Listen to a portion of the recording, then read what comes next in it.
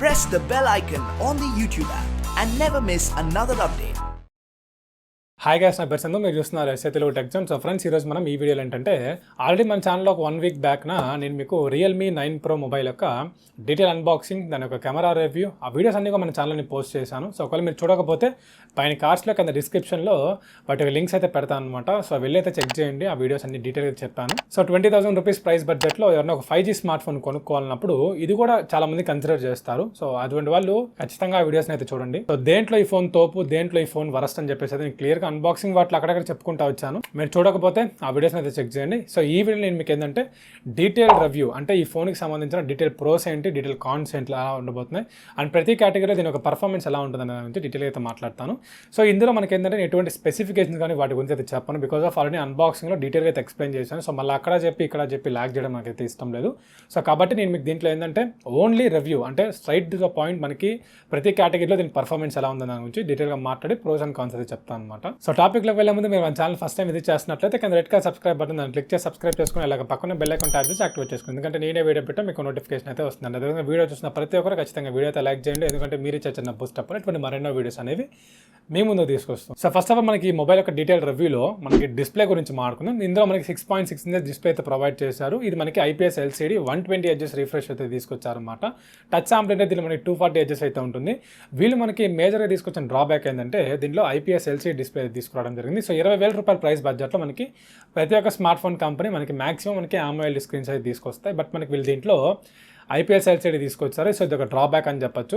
So IPS LCD అంటే నాకు worst అని చెప్పను, కానీ బట్ అవుట్డోర్స్కి వెళ్ళినప్పుడు మీకు ఏంటంటే కొంచెం బ్రైట్నెస్ మనకి తక్కువగా అయితే కనిపిస్తూ ఉంటుంది. మనకి పిక్చర్ క్వాలిటీ కూడా మీకు ఏంటంటే AMOLEDలో అయితే చాలా సూపర్బ్ అయితే ఉంటుంది when compare to IPS LCD. And దాంతోపాటు ఇంకోటి ఏంటంటే ఒకవేళ IPS LCD smart phones purchase చేయాలనుకుంటే ఒక 13,000-15,000 రూపాయల లోపల మీరు కొనుక్కునే వాళ్ళు అయితే సో అప్పుడు మనం IPS LCD మీద లుక్ అయితే వేయాలి. సో 20,000 రూపాయల ప్రైస్ బడ్జెట్ పెడుతున్నప్పుడు ఖచ్చితంగా మనం AMOLED అయితే ఎక్స్పెక్ట్ చేయాలి. బట్ మనకి వీళ్ళు దీంట్లో అయితే ప్రొవైడ్ చేయలేదు, అదొక మేజర్ డ్రాబ్యాక్. సో వీళ్ళు మనకి దీంట్లో IPS LCD ఎందుకు ప్రొవైడ్ చేశారంటే సో ఈ స్మార్ట్ ఫోన్ నెక్స్ట్ మనకి దీని యొక్క next version Realme 9 Pro Plus. So దానిలో మనకి రెండు సిమిలర్గా అయితే ఉంటాయి, జస్ట్ ప్రాసెసర్ చేంజ్ అవైతే ఉంటుంది అనమాట. సో ఒక చిన్న వేరియేషన్ చూపించాలి కాబట్టి దాంట్లో AMOLED పెట్టారు, దీంట్లో మనకి IPS LCD పెట్టారు. రెండిట్లో AMOLED పెడితే ఖచ్చితంగా 9 Pro తీసుకుంటారు. 9 Pro Plus ఫ్లాప్ అయిపోతుంది కాబట్టి ఖచ్చితంగా దాంట్లో AMOLED పెట్టి దీంట్లో IPS LCD పెడితే సో రెండు ఒక వేరియేషన్ చూపించడానికి వీళ్ళు దీంట్లో మనకి IPS LCD తీసుకురావడం జరిగింది. సో నెక్స్ట్ మనకి మొబైల్లో వైడ్ వన్ L1 సపోర్ట్ అయితే తీసుకొచ్చారు అనమాట. సో బేసికల్గా వైడ్ వన్ L1 సపోర్ట్ అంటే ఏంటంటే సో OTT యాప్స్లో ఎవరైనా మనం ఏదైనా మూవీస్ కానీ ఇటువంటివన్నీ చూస్తున్నప్పుడు దాన్ని మనం ఫుల్ HD కంటెంట్లో అయితే మనం చూడొచ్చు అనమాట. సో స్ట్రీమ్ చేయొచ్చు. సో ఆ సపోర్ట్ అయితే మనకి ఈ స్మార్ట్ ఫోన్ తీసుకొచ్చారు. సో ఇదనమాట ఒక డిస్ప్లే గురించి. సో నాకు ఖచ్చితంగా దీనిలో AMOLED తీసుకొచ్చి ఉంటే వేరే లెవెల్లో ఉండేది. సో రిమైనింగ్ అంతా కూడా ఓకే అనమాట. నెక్స్ట్ మనకి పర్ఫార్మెన్స్ గురించి మాట్లాడుకుంటే దీనిలో మనకి స్నాప్డ్రాగన్ 695 ప్రాసెసర్ అయితే తీసుకొచ్చారు. మనకి 5G ప్రాసెసర్ 6 నానోమీటర్ టెక్నాలజీ అయితే దీన్ని బిల్డ్ చేశారు. ఇది మనకి అవుట్ ఆఫ్ ద బాక్స్ మనకి Android 12తో వస్తుంది. Realme UI 3.0 అయితే మనకి వీళ్ళు దీన్ని తీసుకోవడం అయితే జరిగింది. సో ప్రాసెసర్ పరంగా పవర్ ఎఫిషియెంట్ ప్రాసెసర్, మంచి ప్రాసెసర్. సో డైలీ లైఫ్లో మనం చేసే టాస్క్లు కానీ గేమ్స్ కానీ ఇవన్నీ కూడా సస్టైన్ అవుతుంది. అండ్ మనకి ఈ ప్రైస్ బడ్జెట్లో ఖచ్చితంగా ప్రతి ఒక్క స్మార్ట్ ఫోన్ కూడా ఈ మధ్య 695 ప్రాసెసర్లే తీసుకొస్తున్నాయి. 695 అంటే ఖచ్చితంగా మీరు డౌన్ గ్రేడ్ అయితే చేయగలని చాలా అలా అనుకుంటారు, కానీ మనకి ఏంటంటే ఒకవేళ స్నాప్డ్రాగన్ 695కి స్నాప్డ్రాగన్ 750కి పోటీ పెడితే ఖచ్చితంగా స్నాప్డ్రాగన్ 695కే హైయెస్ట్ పర్ఫార్మెన్స్ అయితే ఇస్తుంది అనమాట. సో మనకి స్నాప్డ్రాగన్ 695 ప్రాసెసర్ అనేది స్నాప్డ్రాగన్ 7 సిరీస్లో ఉన్న ప్రతి ప్రాసెసర్కి టఫెస్ట్ కాంపిటీషన్ అయితే ఇస్తుంది. సో మంచి ప్రాసెసర్ అని చెప్పొచ్చు. అండ్ నెక్స్ట్ మనకి Realme వాళ్ళు ప్రామిస్ చేసింది ఏంటంటే 2 years మనకి OS అప్డేట్స్ ఇస్తామని, 3 years మనకి సెక్యూరిటీ అప్డేట్స్ ఇస్తామని చెప్పేసి మనకి Realme చెప్పడం జరిగింది. అండ్ నెక్స్ట్ మనకి దీనిలో 5G బ్యాండ్స్ గురించి మాట్లాడుకుంటే మనకి 11 5G బ్యాండ్స్ అయితే ప్రొవైడ్ చేశారు. కింద డిస్ప్లే మీద కనిపిస్తుంది. సో ఈ 11 5G బ్యాండ్స్ అయితే మనకి ఈ స్మార్ట్ ఫోన్లో అయితే ఉన్నాయన్నమాట. అండ్ నెక్స్ట్ దీనిలో నాకు నచ్చింది ఏంటంటే దీనిలో మనకి ప్రీ ఇన్స్టాల్ బ్లోట్వేర్ అయితే ఉంది. సో ఈ మొబైల్లో కొత్తగా వచ్చింది అయితే కాదు, ప్రతి స్మార్ట్ ఫోన్ మనం చూస్తున్నాం ప్రీ ఇన్స్టాల్ బ్లోట్వేర్ అనేది. సో ఓవర్గా పర్ఫార్మెన్స్ అనేది మనకి మంచి ప్రాసెసర్ ఉంది, మనకి Android 12, Realme UI 3.0 మనకి రీసెంట్గా వచ్చింది. ఇవన్నీ కూడా మనకి పర్ఫార్మెన్స్ పరంగా డైలీ టాస్క్లు కంప్లీట్ చేయడానికి, నెక్స్ట్ మనకి చిన్న చిన్న గేమ్స్ ఏమైనా ఆడడానికి కూడా మనకి ఏంటంటే ఎటువంటి ప్రాబ్లం అయితే ఉండదు. సో నెక్స్ట్ మనకి కెమెరాస్ గురించి మాట్లాడుకుంటే దీనిలో మనకి ట్రిపుల్ కెమెరా సెటప్, 64 MP మనకి ప్రైమరీ కెమెరా ఉంటుంది, 8 MP మనకి అల్ట్రా వైడ్ యాంగిల్, నెక్స్ట్ మనకి 2 MP మనకి macro camera. So camera review already మన ఛానల్లో చేశాను, మీరు చూడకపోతే పైన కార్డ్స్ కింద డిస్క్రిప్షన్ లింక్స్ అయితే ఉంటాయి, సార్ అయితే చెక్ చేయండి. సో ఓవరాల్ మనకి ఏంటంటే 4K రికార్డింగ్ లేదనమాట. సో దీనిలో కొన్ని మోడ్స్ తీసుకొచ్చారు, అవి బాగున్నాయి. 64 MP తీసే ఫోటోస్ అనేవి చాలా బాగున్నాయి. సో ఓవరాల్గా మనకి 10కి నేను 6.5 అయితే కెమెరా రేటింగ్ అయితే ఇస్తాను. సో కెమెరా కూడా మరీ ఎక్సలెంట్ అని చెప్పలేం కానీ బట్ ఓకే అని చెప్పొచ్చు కెమెరా పర్ఫార్మెన్స్ అనేది. నెక్స్ట్ మనకి సౌండ్ క్వాలిటీ గురించి మాట్లాడుకుంటే దీనిలో మనకి 3.5mm ఆడియో జాక్ ప్రొవైడ్ చేశారు, దాని అయితే స్కిప్ చేయట్లేదు. సో దీనిలో అయితే ఇవ్వడం జరిగింది. నెక్స్ట్ మనకి సింగిల్ స్పీకర్ అయితే ఉంటుంది, దానిలో మనకి స్టీరియో స్పీకర్స్ అయితే ఇవ్వలేదన్నమాట. సో సింగిల్ స్పీకర్ ఇచ్చినా మనకి సౌండ్ క్వాలిటీ బాగుంది, ఎటువంటి ప్రాబ్లం అయితే లేదు. నెక్స్ట్ మనకి కాల్ క్వాలిటీ కూడా చాలా బాగుంది, ఎటువంటి కంప్లైంట్స్ కూడా లేవన్నమాట. నెక్స్ట్ మనకి బ్యాటరీ గురించి మాట్లాడుకుంటే మనకి 5000 mAh పవర్ బ్యాటరీ ఇవ్వడం జరిగింది. 33 watts మనకి ట్రాల్ అడాప్టర్ అయితే ప్రొవైడ్ చేశారు. ఇది మనకి ఛార్జ్ ఎక్కడానికి మనకి 0 నుంచి 100% 15 minutes ఛార్జింగ్ అయితే టైం పడుతుంది. సో మనకి నేను పెట్టిన దాని ప్రకారం అయితే నాకు 15 minutes ఛార్జింగ్ టైం అయితే పడింది అనమాట.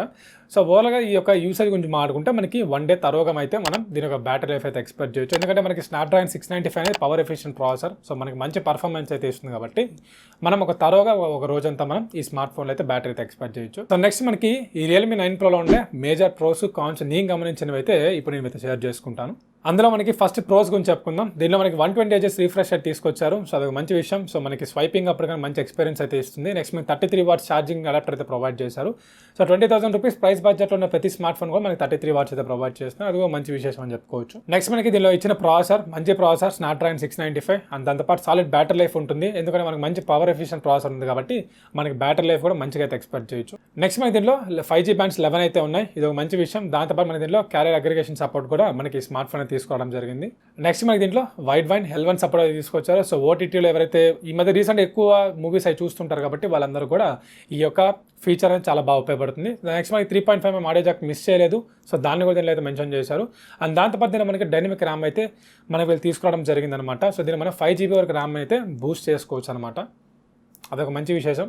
సో 8GB కొనుక్కుంటే మీరు నిజంగా మీరు 13GB వరకు అయితే మీరు ఎక్స్పాండబుల్ అయితే చేసుకోవచ్చు. అండ్ నెక్స్ట్ మనకి డీసెంట్ ప్రైసింగ్లో అయితే ఈ స్పెసిఫికేషన్తో ఈ మొబైల్ తీసుకోవడం జరిగింది. నెక్స్ట్ మనకి దీని యొక్క కాన్స్ గురించి మాట్లాడుకుంటే మేజర్గా ఫస్ట్ పాయింట్ డిస్ప్లే అని చెప్తాను. ఎందుకంటే మనకి 20,000 రూపీస్ ప్రైస్ బడ్జెట్లో మనకి ఖచ్చితంగా AMOLED ఇచ్చి ఉంటే వేరే లెవెల్ ఉండేది. బట్ Realme 9 Pro Plus వల్ల మనకి దీంట్లో IPS LCD తీసుకొచ్చారు. అండ్ నెక్స్ట్ మనకి సెకండ్ పాయింట్ గురించి మాట్లాడుకుంటే దీనిలో మనకి IPS LCD ఇవ్వడం వల్ల దీనిలో బ్రైట్నెస్ కూడా మేము అవుట్డోర్కి వెళ్ళినప్పుడు కొంచెం ఎక్స్పీరియన్స్ అనేది మీరు కొంచెం తక్కువ అయితే ఉంటుంది అన్నమాట, బ్రైట్నెస్ తక్కువ ఉంటుంది. అండ్ నెక్స్ట్ మనకి థర్డ్ పాయింట్ గురించి మాట్లాడుకుంటే మనకి దీంట్లో స్టీరియో స్పీకర్స్ ఇవ్వలేదు. సో స్టీరియో స్పీకర్స్ ఇచ్చుంటే బాగుండేది, బట్ సింగిల్ స్పీకర్తో సౌండ్ బాగానే ఉంది, బట్ స్టీరియో ఇచ్చుంటే ఇంకా బెటర్ ఉంది. సో నెక్స్ట్ మనకి ఫోర్త్ పాయింట్ గురించి మాట్లాడుకుంటే మనకి డీసెంట్ కెమెరాస్ అనమాట. సో మనకి కెమెరాస్ మరి అంత ఎక్సలెంట్ అయితే ఉండవు, డీసెంట్ అయితే ఉంటాయి అనమాట.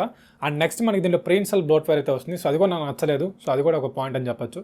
నెక్స్ట్ మన దీంట్లో NFC ఉండదు, FM రేడియో ఉండదు, డాల్బీ అట్మాస్ సపోర్ట్ లేదు.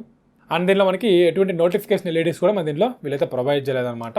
NFC మనకి చైనాలో లాంచ్ చేసిన వేరియంట్కి అయితే NFC సపోర్ట్ ఉంది, బట్ మనకి ఇండియన్లో లాంచ్ చేసిన వేరియంట్కి NFC సపోర్ట్ అయితే లేదనమాట. ఇది ఓవరాల్గా మనకి ప్రోస్ అండ్ కాన్స్ గురించి. సో ఫైనల్గా నా కంక్లూజన్ ఏంటంటే 20,000 రూపీస్ ప్రైస్ బడ్జెట్ మనకి స్మార్ట్ ఫోన్ కొనొచ్చా లేదనే విషయానికి వస్తే సో ఖచ్చితంగా నేను ఒకటే ఎక్స్పెక్ట్ చేస్తాను. 20,000 రూపీస్ ప్రైస్ బడ్జెట్లో తీసుకుంటున్నప్పుడు ఖచ్చితంగా AMOLED ఎక్స్పెక్ట్ చేస్తాను. సో అదైతే లేదు. అండ్ దాంతోపాటు స్టీరియో స్పీకర్స్ లేవు. అండ్ నెక్స్ట్ ఇంకోటి కూడా ఏంటంటే వీళ్ళు మనకి side mounted finger print censor అయితే ప్రొవైడ్ చేశారు. సో దాని బదులు మనకి in display finger print censor ఇచ్చి ఉంటే ఇంకా బెటర్ అనేది నా ఒపీనియన్. సో ఇవన్నీ మనకి ఆల్టర్నేటివ్స్ తీసుకుంటే మనకి Moto G71 తీసుకోవచ్చు. సో Moto G71లో మీకు స్టాక్ ఆండ్రాయిడ్ వస్తుంది, AMOLED డిస్ప్లే, మీకు ఈ ఫీచర్స్ ఏవైతే దీంట్లో ఉన్నాయో అవన్నీ దాంట్లో కూడా ఉంటాయి. బట్ మనకి దాంట్లో AMOLED స్క్రీన్ అయితే ప్రొవైడ్ చేశారు. 20,000 రూపీస్ ప్రైస్ బడ్జెట్లో ఇదా అంటే ఖచ్చితంగా Moto G71 అయితే పికౌట్ చేయమని చెప్తాను. లేదా నాకు AMOLED పెద్ద మ్యాటర్ కాదు, స్టీరియో స్పీకర్స్ పెద్ద మ్యాటర్ కాదు, బట్ Realme లవర్ మంచి బ్యాక్ అండ్ క్వాలిటీ బాగుండాలి, మంచి బ్యాక్ సైడ్ ప్రొవైడ్ చేసింది, సో పట్న హ్యాండీగా ఉండాలి, సింగిల్ హ్యాండ్తో యూస్ చేయాలనుకుంటే మీరు దీని మీద అయితే లుక్ అయితే వేయచ్చు. సో ఏదన్నమాట ఇది మన డీటెయిల్ రివ్యూ అయితే. ఈ వీడియో మీకు నచ్చింది అనుకుంటున్నాను. సో ఇప్పటికే మీకు క్లియర్గా అర్థమైపోయి ఉంటుంది. సో Realme 9 Pro కొనుక్కోవాలా అయితే మనం నెక్స్ట్ ఇంకేదైనా ఆల్టర్నేటివ్స్ చూసుకోవాలని చెప్పేసి. సో ఈ వీడియో నచ్చితే లైక్ అయితే చేయండి. సో ఈ వీడియోలో మీకు నచ్చిన మేజర్ ఫీచర్, సో మీకు Realme 9 Pro నచ్చింది కింద కమెంట్ సెక్షన్లో కమెంట్ చేయండి. సో నేను తెలుసుకుంటాను. సో మళ్ళీ ఒక మంచి టాపిక్తో మళ్ళీ మేము ముందుకు వచ్చేస్తాను. అంతవరకు thank you, have a nice day.